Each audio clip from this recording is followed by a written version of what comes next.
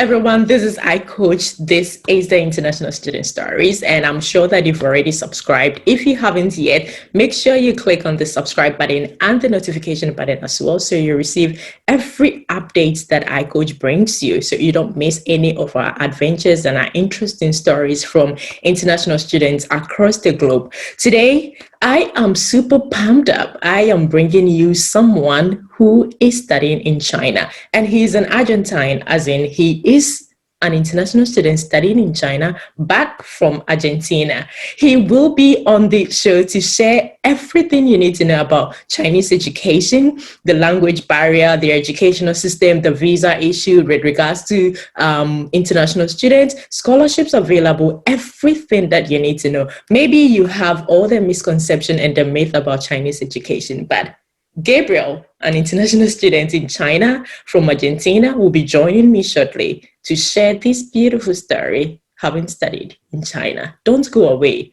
Don't forget also to subscribe to our YouTube channel. We'll be right back.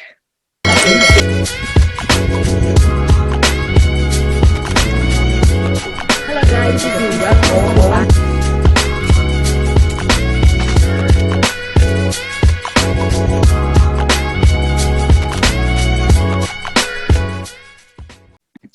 You're welcome back to iCoach. You're still watching the International Student Stories, and today I have with me Gabriel. Like I said, he is an Argentine and he's studying in China. He's bringing us all the information and all the details you need to know about Chinese education. Hi, Gabriel. Thank you so much, Gabriel, for joining us today. I am super happy that you could make the time to join iCoach to share your enormous experience with us. Okay, maybe. Thank you for the opportunity, and I hope my experiences can help someone else that is going through this decision in this difficult time. I am 100% positive. Now, Gabriel, let's go straight to the point. Tell us a little bit about yourself. Okay, sure. My name is Gabriel. I'm 28 years old right now. I have been living in China for the last 2 years. Originally, I came here as a scholarship student from the Chinese government in partnership with the Chinese embassy in Argentina, which is my country. I did my master's degree in Beijing in international relations. I studied in the University of International Business and Economics there. And during these 2 years and counting, I've done several internships. I've done freelance works on the side, and I talked to a lot of foreigners and Chinese alike too. So I kind of know what is the situation right now in China for anyone who's thinking like, should I go there? What is the life like there? What can we do there? Wow, very impressive. Now, we'll come there, but before that, Argentina is very far from China, like you mentioned. What really made you choose China over all other countries in the world? You could have even come to Australia, but you decided to pass all the way to China. What made you choose China? Actually, it was a mixture of things. First, I was already studying the language in Argentina when I made a decision to come. So this was one of the things. I wanted to polish my language skills. Also, I think that for the professional development, and China is kind of an unknown location. Like what happens in China to us, at least in Latin America, is like a big black box. It's like China is rising, China is the future, China is doing things, but nobody is very accurate to put up what is happening here, how do people live here, what is happening that is making China so relevant today. So mostly this made me decide to come to China. In the beginning, like because of the culture differences, the language differences, I was not very sure on how foreigners would be treated here in China. Like I decided to come 1 year before starting my program, 1 year before applying for my program, actually.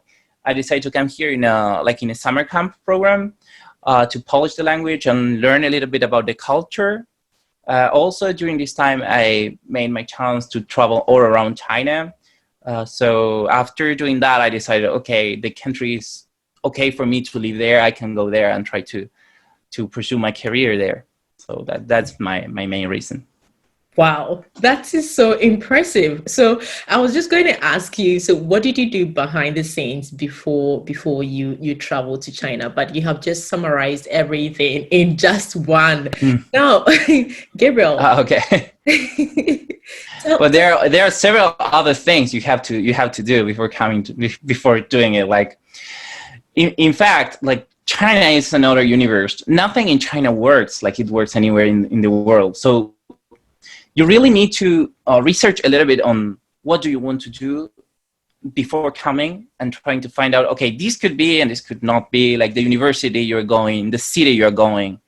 For example, if you want to study the language, some people think, okay, you shouldn't go to the biggest cities in China if you want to study the language, because you will end up living with a bunch of foreigners and you will never practice your Chinese, which is true in certain aspects, but of course the quality of living in another cities is not the same as in the big one. So yes, you have to do some research in advance.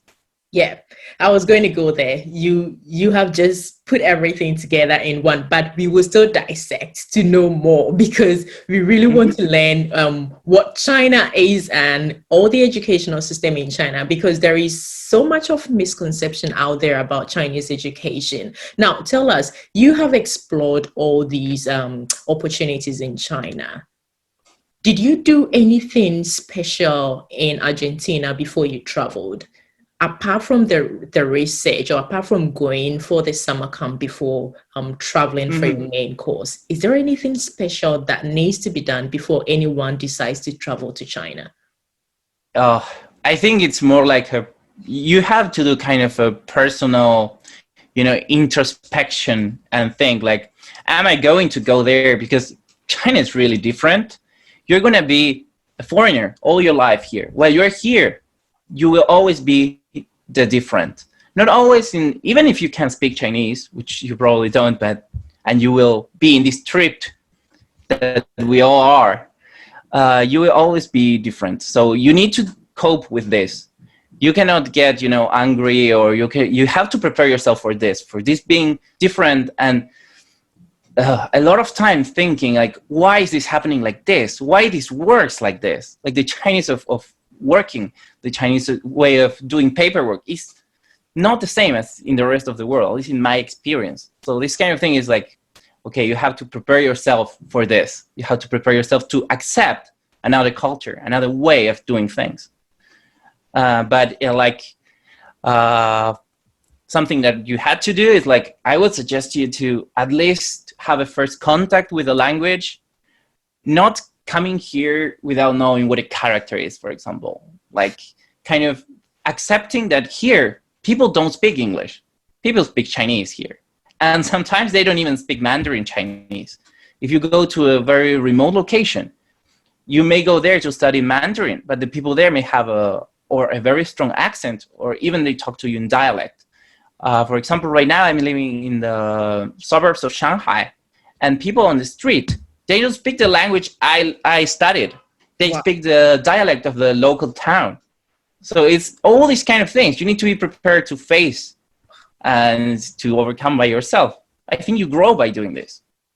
I was going to come to the language. Many people are saying that if you don't understand Mandarin or any other dialects in China, it would be super hard to live there. And how about the educational system? Do they use Chinese, or you need to learn any of their languages? Because I know that for some of the educational systems, they use English as a means of instruction. Is that the case in China? It is. In fact, my program was taught in English. So when I went to class, I would go to a classroom, and the teacher would only speak English. The teachers and the instructors would all be Chinese. So sometimes there is a language problem because of accents, and mostly, older Chinese people sometimes don't have that much experience going abroad. And suddenly they have to teach a lot of foreigners. So some of them don't feel very comfortable speaking English. But in general, it's understandable what they want to say. So yes, there is the possibility to come here to study in English for your whole course if you want. And particularly inside the universities, especially in the big cities, if you have classes in English, you wouldn't have any Chinese classmates. So you basically would be living your whole life around foreigners. In my class, we didn't have any Chinese student. If you study in Chinese in the biggest universities, sometimes you also don't have Chinese classmates. They make a very clear distinction here between what is international education and what is national education. Wow. The criteria to select who enters the university for the nationals and for the international students is totally different. For the national students, they have an entrance examination, which is national. It's a national exam where all the people who are graduating from the high school take this exam, and according to their scores, they can pick a university. So it's very competitive. It's very difficult for them to access the better universities. Okay. For foreigners, it's something which maybe we are more familiar with, which is maybe a recommendation letter, and you apply through a website to the university. You have sometimes, in some cases, they have an interview. In some cases, they don't. It's like more westernized. But the fact of this change of criteria makes it radically different. Also, usually foreigners who come here don't speak very good Chinese. So a lot of them have 1 year preparation course, 1 year of language course. And after this year of language course, they keep having subjects specifically related to the language, because it's really difficult to study, to reach a country which has a language such as Chinese, and getting to a level where you can understand like academic texts, go to a university class. It's really difficult. So they really try, at least, to make the experience not so traumatic. Sometimes with success, sometimes not so much success, but they have the will to do it. Okay, so learning English or having a knowledge about the Chinese language, it's not a prerequisite for admission to a Chinese university. Is that it? If you come here to do your program in English, you don't have to have any Chinese. They always consider that if you have, the HSK, is the Chinese International Test, they always consider you better if you have it, because they think, oh, okay, this person wants to come to China. He cares about, at least he knows that they speak another language there. But no, it's not an official requisite. Okay, cool. Yeah. Now, Gabriel, let's go to studying in China with or without scholarship, and then working. So let's start with the studying in China with scholarship. Are you allowed to work? Do you have any work rights as an international student? Okay, the word rights is a little bit problematic here, but let's say it like this. So if you come with a student's visa, you're not allowed to work in anything. You're only allowed to study. But with the pass of time and the fact that the international students in China are more and more every year, they've kind of relaxed this criteria. So you can get, if you get a company that sponsors you, you can get a permission from the university, and they call it like a internship permission. But of course, it has to be a part-time job, and the salary is limited. They cannot pay you as much as you want. Okay. What really happens is a lot of foreigners here, because there are a lot of possibilities to do money in China. A lot of foreigners, for example, teach languages, and all these kind of jobs that you have, language instructors, translator, testers, localizers, all of these kind of jobs exist, and a lot of people do it anyways. It's very risky in the sense that they can cancel your scholarship, they can cancel your visa, but yes, the possibility is there. How about students who are working to pay their own fee? Does that mean that if you don't have a sponsor, in case you apply and you don't get any Chinese scholarship, and you don't also have a sponsor back home to pay your fees in China, you cannot live, work, and study in China at all? There are some with a student's visa. If you enter the country with a student visa, you're not allowed to work. It doesn't matter if you have or not scholarship. If you pay or not, if you have or not the scholarship, if you pay a fees or not. So what some students do is I've known students who, for example, work for the university. Okay. In this case, they consider it as a part of the scholarship. And the universities, in fact, have a lot of scholarships. But in reality, you cannot work in China. Oh, I see. There are some schools that accept students to go to attend the classes and to graduate and everything with another visas. For example, I've known cases from people who have business visa in China, and they attend the university courses of language, for example. Okay. So, but if you come with a student's visa, you cannot work. This is the rule, the general rule. Wow. It's tough in this sense. It must be very tough then. It is. How about when you graduate after your university education? Is there any other visa available to international students to stay and work?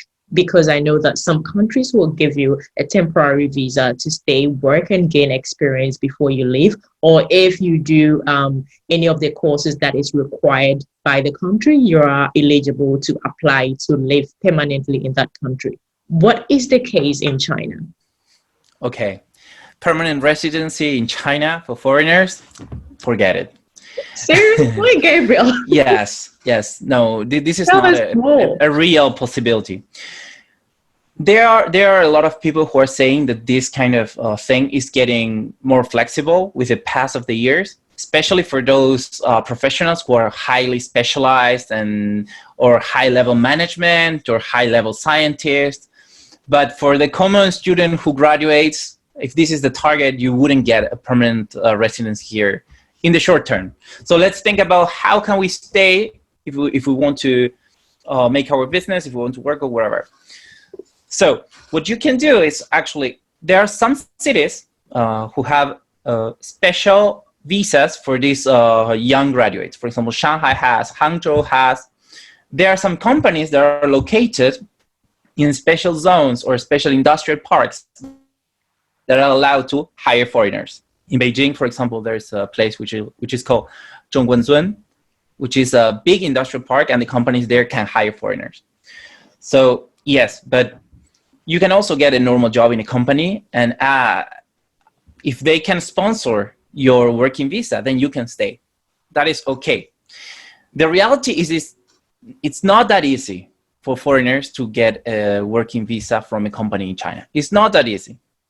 And in this case, what is really difficult is that why would they hire a foreigner instead of a local? So in this case, you have to think about what can you bring to the company that any other Chinese person can bring. This is why I was telling you, what is a normal job that a foreigner can do here?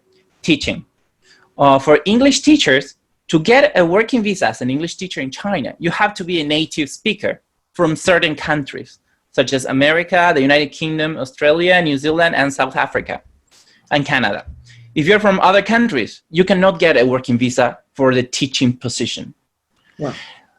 So, and there are a lot of people from other countries who come here and get jobs as teachers, especially students, because teaching is okay. You get 3-4 students, you get a private course.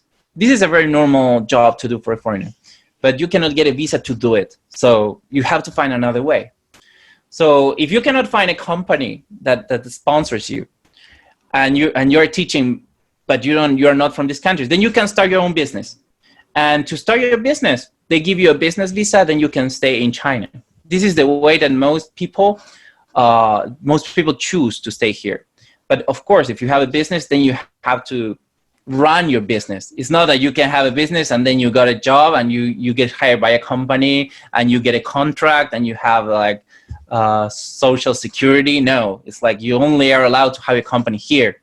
So you wouldn't have the same rights as any other laborer in the country. So it's actually tough to be hired legally and have everything in place in China. But it's not impossible. It's not impossible. There are people who do it and people who don't, of course. Usually the working visas last for 1 year. So you have to sign a contract for 1 year and then another contract. What I've heard about the people who already did it, it's like getting the first one is the most difficult one. After you get the first one, you are enrolled in a kind of institution in the government as you, a foreigner who work in China. And after the first one, it's easier to renew, to get another company and renew your own visa. But to get the first one is the most difficult one. And well, of course, the language is super important, because here the working language in general is Chinese. Of course, sometimes, and especially if you do this kind of works as translation, testing, localization, you would use your native language or English. But generally, you speak a lot of Chinese all the time. You encounter Chinese all the time in the instructions. You are just in a Chinese spoken environment. And 2 years, like let's say you come here to study your postgraduate, 2 years in China is really not enough to learn Chinese. You are not a master of Chinese. So you really need to have something that differentiates you and that makes you capable of working at the same time as more valuable than others. Because also you have to think that the Chinese job market is huge. There are a lot of Chinese people in China, and foreigners want to earn more than Chinese. For a company, it's more pricey to hire a foreigner than to hire a local. Oh. So you have to consider all of these things when you're thinking about this. This is getting more interesting. Thank you so much for this information, Gabriel. We're going to have a part 2 of this discussion where Gabriel will take us through all the processes involved in applying for scholarship in China. So he'll tell us all the Chinese scholarships available and how to access these scholarships. So if you don't want to miss this great and important information, make a date with us next episode, and make sure you have also subscribed to our YouTube channel and click on the notification button so you can be notified whenever we upload a video. I coach with BM. We rise together.